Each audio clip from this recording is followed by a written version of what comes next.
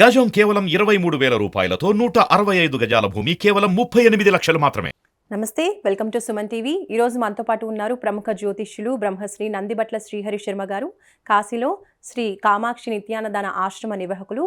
గురువుగారితో మాట్లాడి ఈ సంవత్సరం సింహరాశి వారికి ఏ విధంగా ఉండబోతోంది జ్యోతిష్యపరంగా అనేది తెలుసుకుందాం. గురుగారు నమస్కారం అండి. వాగర్థావివ సంపృక్తౌ వాగర్థ ప్రతిపత్తయే జగతః పితరౌ వందే పార్వతీ పరమేశ్వరౌ. అన్నపూర్ణే సదా పూర్ణే శంకరః ప్రాణవల్లభే జ్ఞానవైరాగ్య సిద్ధ్యర్థం భిక్షాం దేహి చ పార్వతి. మాతా చ పార్వతీదేవి పితాదేవో మహేశ్వరః బాంధవా శివభక్తాశ్చ స్వదేశో భువనత్రయం. సదాశివసమారంభాం శంకరాచార్య మధ్యమాం అస్మదాచార్యపర్యంతం వందే గురుపరంపరాం. ఆదిత్యాయ చ సోమాయ మంగళాయ బుధాయ చ గురుశుక్రశనిభ్యశ్చ రాహవే కేతవే నమః. శృంగేరి జగద్గురు పీఠాధిపతులు శ్రీ శ్రీ శ్రీ భారతీ తీర్థ మహాస్వాముల వారికి, శ్రీ శ్రీ శ్రీ విధుశేఖర భారతీ తీర్థ మహాస్వాముల వారికి, కంచికామకోటి పీఠాధిపతులు శ్రీ శ్రీ శ్రీ విజేంద్ర సరస్వతి మహాస్వాముల వారికి ప్రణామములు తెలియజేసుకుంటూ కార్యక్రమాన్ని ప్రారంభిద్దాం. గురుగారు, 2024 సంవత్సరంలో సింహరాశి వారికి చక్కగా అనుకున్న పనులన్నీ అనుకూలించడానికి వాళ్ళు జ్యోతిష్య పరంగా ఎటువంటి జాగ్రత్తలు తీసుకోవాలి, ఎటువంటి పరిహారాలు పాటించాలి, అసలు ఈ సంవత్సరం అనేది సింహరాశి వారికి ఏ విధంగా ఉండబోతోంది? వీక్షించేటువంటి సుమన్ టీవీ ప్రేక్షకులకి ముందుగా 2024 సంవత్సరం ఆంగ్ల నూతన సంవత్సర శుభాకాంక్షలు తెలియజేసుకుంటూ, ఈ సంవత్సరం సింహరాశి వారికి ఎలా ఉంటుంది అనేటువంటి విషయాల్ని, అనగా ఏ విధంగా జీవితంలో మంచి జరుగుతుంది, చెడు ఏ విధంగా జరుగుతుంది అనేటువంటి విషయాల్ని మనం తెలియజేసుకుంటూ కార్యక్రమాన్ని ప్రారంభిద్దాం. ఇక గమనించాల్సినటువంటి అంశం ఏంటంటే, చాలామందికి ఒక ఆలోచన ఉంటుంది, పంచాంగ శ్రవణం రాశి ఫలితాలు అనేటువంటివి ఉగాది టు ఉగాది కదా చెప్పుకోవాల్సింది, మరి 2024 జనవరి నుంచి చెప్పుకోవాల్సిన అవసరం ఏమొచ్చింది అనేటువంటి ఆలోచన చాలామందికి ఉంటుంది. ఇక్కడ గమనించాల్సింది ఏంటంటే, ప్రపంచమంతా కూడాను కోడై ఒకే విషయం గురించి ఇది చెప్పినట్లయితే అది శాస్త్రసమ్మతం అవుతుంది. కాబట్టి ప్రపంచమంతా కూడా జనవరి 1వ తారీఖు నుంచి నూతన ఆంగ్ల సంవత్సరం ప్రారంభమవుతుంది. కాబట్టి ఇప్పుడు చెప్పుకోబోయేటువంటి ఫలితాలన్నీ కూడాను ఉగాది టు ఉగాది కాదండి. మనం చెప్పుకునేటువంటి ఫలితాలు జనవరి 1వ తారీఖు నుంచి డిసెంబర్ 31వ తారీఖు వరకు ఉన్నటువంటి గ్రహాల యొక్క సంచారాన్ని దృష్టిలో పెట్టుకొని శుభ అశుభ ఫలితాలు సింహరాశి వారికి ఏ విధంగా ఉంటాయో తెలియజేసుకుందాం. ముందుగా నవగ్రహాలలో దీర్ఘకాలిక గ్రహాలైనటువంటి గ్రహాలు గురువు, శని, రాహువు, కేతులు. ఈ గ్రహాల యొక్క సంచార ప్రభావమే ప్రధానంగా గోచార రీత్యా ఈ 12 రాశుల వారికి ఏ విధంగా ఉంటుందో మనం చెప్పుకుంటూ ఉంటాం. కాబట్టి గురువు మే 2వ తారీఖు వరకు మేషరాశిలో, అలాగే 2 మే నుంచి డిసెంబర్ మొత్తం వరకు కూడా, అనగా 2024 వరకు కూడా వృషభ రాశిలో సంచారం జరుగుతూ, ఇక శని ప్రధానంగా కుంభరాశిలోనే సంచారం జరుగుతున్నటువంటి కారణం, రాహుకేతులు సంవత్సరం అంతా కూడాను మీన, కన్యా రాశిలో సంచారం జరుగుతుంటుంది. అయితే ఈ యొక్క సింహరాశి వారికి ఏ విధంగా ఉండబోతుంది అని తెలుసుకున్నట్లయితే, ప్రధానంగా మనము ఈ యొక్క 2024 సంవత్సరాన్ని 2 టైం జోన్లుగా మనం చెప్పుకున్నాం. టైం 1 జోన్లో వచ్చేసరికి 1 జనవరి నుంచి 2 మే 24 వరకు కూడా గురువు మేషరాశిలో సంచారం చేస్తూ, 2 మే నుంచి 31 డిసెంబర్ వరకు కూడా, అనగా వృషభ రాశిలోకి సంచారం. అలాగే కుజుడు 21 అక్టోబర్ నుంచి 31 డిసెంబర్ వరకు కూడా కర్కాటక రాశిలో సంచారం. శని చెప్పుకున్నట్టుగానే సంవత్సరం అంతా కూడా ఉంటాడు. కాబట్టి ఈ సింహరాశి వారికి చూసుకున్నట్లయితే ప్రధానంగా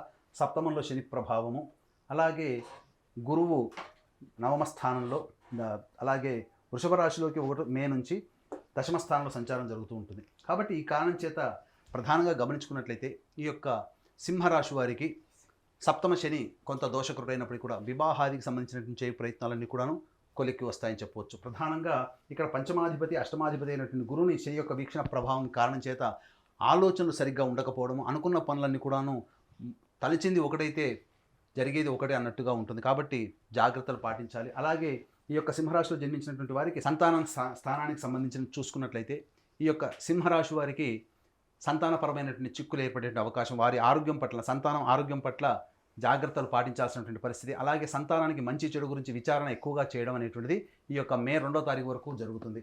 ఇక గమనించుకున్నట్లయితే ప్రధానంగా చేయాల్సినటువంటి తీర్థయాత్రలు కానీ, లేకపోతే దైవ అనుగ్రహం కోసం చేసే ప్రతి ప్రయత్నం కూడాను దైవానుగ్రహం లేకుండా ఉండడం, ఈ కారణం చేత 2 మే వరకు కూడా కాస్త ప్రశాంతమైనటువంటి జీవితం అనేటువంటిది ఈ యొక్క సింహరాశి వారికి ఉండదు.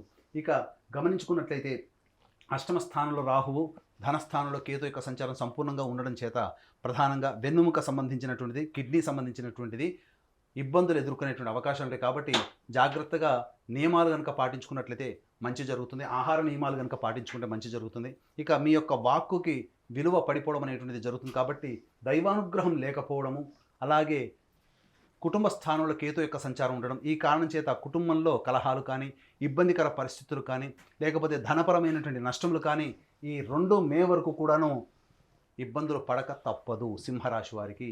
అయితే ఎప్పుడు ఇలాగే ఉంటుందనంటే టైం 2 జోన్లో చెప్పుకున్నట్టుగా గురువు 2 మే నుంచి సంవత్సరం అంతా కూడాను దశమ స్థానంలోకి గురు సంచార ప్రభావం చేయడం, ఈ కారణం చేత అద్భుతమైనటువంటి యోగ కాలంగా చెప్పవచ్చు.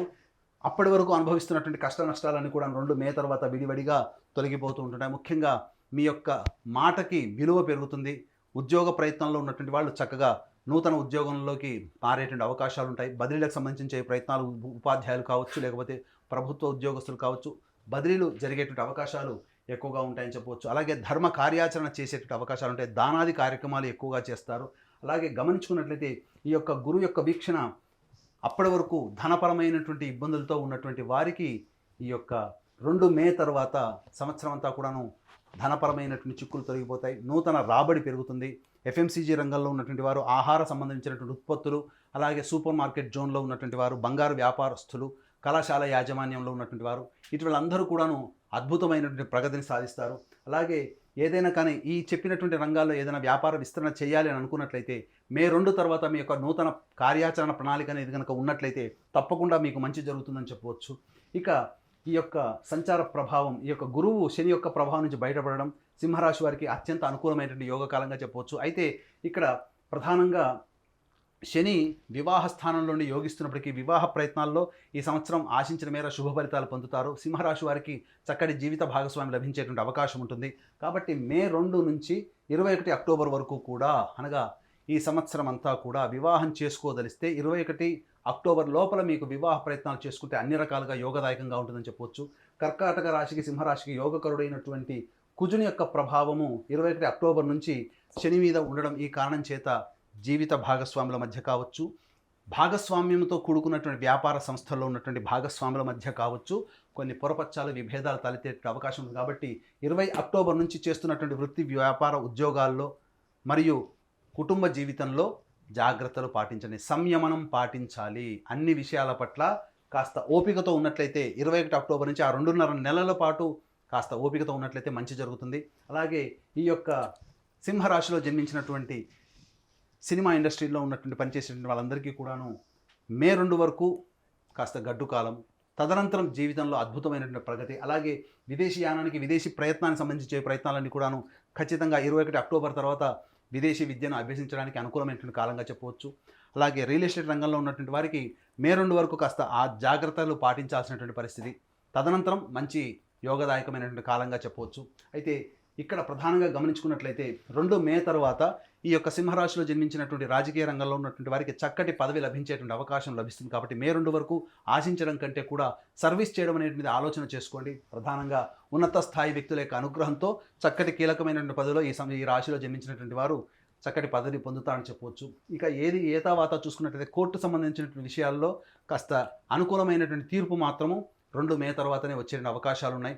అలాగే కొత్త వ్యక్తుల యొక్క పరిచయ ప్రభావము మీ జీవితంలో ఒక మార్పును తీసుకుని వస్తుంది. కాబట్టి మే 2 వరకు పరిచయం అయ్యేటువంటి వ్యక్తుల పట్ల కొంత అప్రమత్తతో ఉండండి. మీకు దగ్గర సంబంధించినటువంటి వ్యక్తులు మిమ్మల్ని మోసం చేసేటువంటి అవకాశాలు ఎక్కువగా ఉంటాయి. కాబట్టి జాగ్రత్తలు పాటించాల్సినటువంటి పరిస్థితి.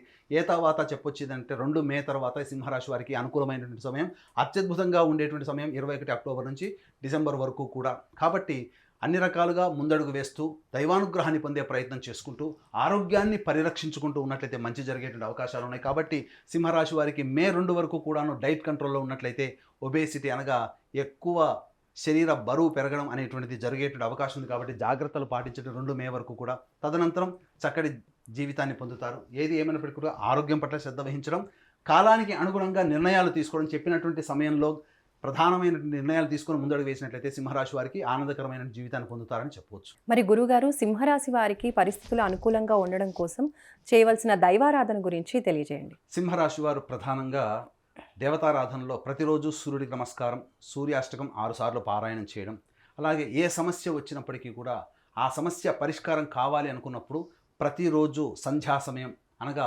వెలుతురు వెళ్ళిపోయి చీకటికి పడడానికంటే ముందు మధ్య ఉన్నటువంటి కాలం, అనగా నక్షత్రాలు లేనటువంటి కాలంలో తులసి చెట్టు దగ్గర ఆవునేతితో దీపారాధన చేసి విష్ణు సహస్రనామాల పారాయణం కనుక 27 రోజుల పాటు చేయండి. తప్పకుండా నెల రోజుల్లో మీరు అనుకున్నటువంటి సంకల్పం నెరవేరుతుందని చెప్పవచ్చు. మరి గురుగారు సింహరాశి వారికి అదృష్ట సంఖ్య, అదృష్ట వారం ఏంటో చెప్పండి. సింహరాశి వారికి అదృష్ట సంఖ్య 1, 9. అదృష్ట వారము మంగళవారము, గురువారము. అలాగే ఇక్కడ గమనించాల్సిన అంశం ఏంటంటే ప్రతి వ్యక్తి కూడాను అనుకున్నటువంటి సంకల్పం నెరవేర్చుకోవాలనేటువంటిది కొత్త సంవత్సరంలో చాలామంది నిర్ణయాలు తీసుకుంటారు. కాబట్టి కొత్త సంవత్సరంలో తీసుకున్నటువంటి నిర్ణయాలు త్వరితగతిన పూర్తి అయిపోయి మనం ఆనందంగా జీవించాలంటే మన యొక్క ఆత్మవిశ్వాసము, మన స్వయం కృషి, మన నిజాయితీతో చేసేటువంటి ప్రతి ప్రయత్నంతో పాటు రవ్వంత దేవతానుగ్రహం కూడా కావాలి. కాబట్టి ఈ దేవతానుగ్రహం లభించాలి అందరికీ అనేటువంటి ఉద్దేశంతో మా పీఠం ఆధ్వర్యంలో ప్రతి నెల 21 రోజుల పాటు సంకల్ప సిద్ధి హోమాలు అనేటువంటివి జరుగుతాయి. అలాగే తండ్రి వైపు 7 తరాలు, తల్లి వైపు 4 తరాల్లో ఏవైనా దుర్మరణాలున్నా, అనగా road accident, fire accident, suicide attempt, నదిలో బావిలో పడి చనిపోవడం, ఇంట్లోంచి వెళ్ళిపోవడం, లివర్ ఫెయిల్, కిడ్నీ ఫెయిల్, క్యాన్సర్తో చనిపోవడం, 60 సంవత్సరాల లోపల ఏ విధంగా చనిపోయినా, పిండ ప్రదానాలు చేయలేకపోయినా, కులాంతర మతాంతర వివాహాలు కుటుంబంలో జరిగినా దానిని పితృదోషము లేదా పితృశాపము అని అంటారు. కాబట్టి అట్టి పితృదోషము లేదా పితృశాప నివారణకి మా పీఠం ఆధ్వర్యంలో నిజాయితీగా సశాస్త్రీయంగా పితృదోష నివారణ కార్యక్రమాలు జరిపించడం జరుగుతుంది. అలాగే మా యొక్క పీఠం ఆధ్వర్యంలో కాశీ క్షేత్రంలో మా సొంత భవనం శ్రీ కామాక్షి నిత్యాన్నదాన ఆశ్రమంలో కాశీలో ప్రతినిత్యం అన్నదానం జరుగుతూ ఉంటుంది. మీ పుట్టినరోజున కానీ, మీ పెళ్లి రోజున కానీ మీ యొక్క సంతోషాన్ని మీ కుటుంబ సభ్యులతో పాటు కాశీలో ఉన్నటువంటి శివబంధులతో కూడా పంచుకోదలిస్తే అన్నదాన కార్యక్రమం మీరు చేయవచ్చు. కాబట్టి అన్నదాన కార్యక్రమానికి సంబంధించిన వివరాలు కార్యక్రమం తదనంతరం కాంటాక్ట్ చేసి పూర్తి వివరాలు తెలుసుకోవచ్చు. ధన్యవాదాలు గురుగారు. సర్వం శ్రీ ఉమామహేశ్వర పరబ్రహ్మార్పణమస్తు.